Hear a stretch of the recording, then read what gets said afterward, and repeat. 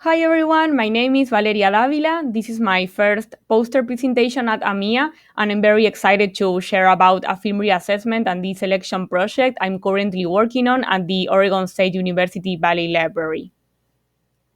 Last year, the library started moving collections from an off-site storage facility set for demolition to another facility. Some audiovisual collections that were partially processed were moved to the library first for a reassessment, and I was tasked with reassessing the 16mm film production elements of Farmers of the Sea, which is a documentary about aquaculture practices in the US and abroad.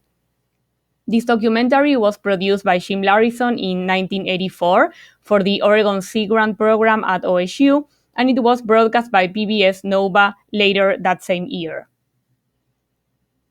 The goals for this project were first to verify and further identify the materials and assess their condition. Second, to determine which materials were still appropriate for retention and which ones were potential candidates for this selection. And third, to develop guidelines for identifying potential retention and deselection elements amongst other film collections at the library. Following these three goals, I approached the project in three stages. The first one being the inspection and identification, which is complete. And now I'm working on the second stage where I'm analyzing the information gathered during the inspection. I'm also reviewing the literature on the selection of audiovisual materials, as well as discussing best practices with fellow audiovisual archivists. In addition to this, I contact the producer of the film anytime that I have any relevant questions about the materials. And once I'm finished with this stage, I will continue by developing the guidelines. My findings so far are that there are 311 film production elements for this collection, dispersed in 11 boxes and 7 canisters. I found elements from all stages in the film production workflow, with the original negative trims and outtakes being the predominant element.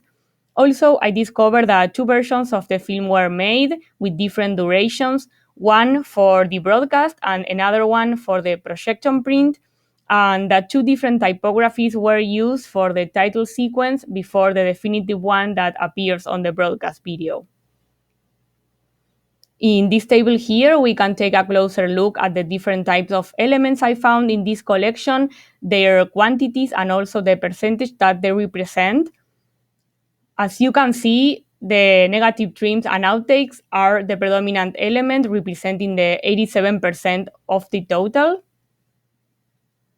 And these are 4 frames from the title sequence. The two at the top, an internegative and a composite print, maintain the same typography, but if you look below those, the other composite print on the left, we have a totally different typography.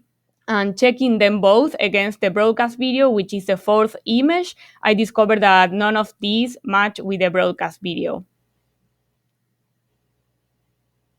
So besides the challenges related to the materials, such as matching the image elements with their sound counterparts, something that gets more complex having two versions of the film, another challenge was not having a deselection policy in place to guide this process, and of course, inspecting the films during the pandemic, which involved interrupting the project for 2 months following the COVID outbreak here in Oregon, and to ultimately bring the films home to finish the inspection.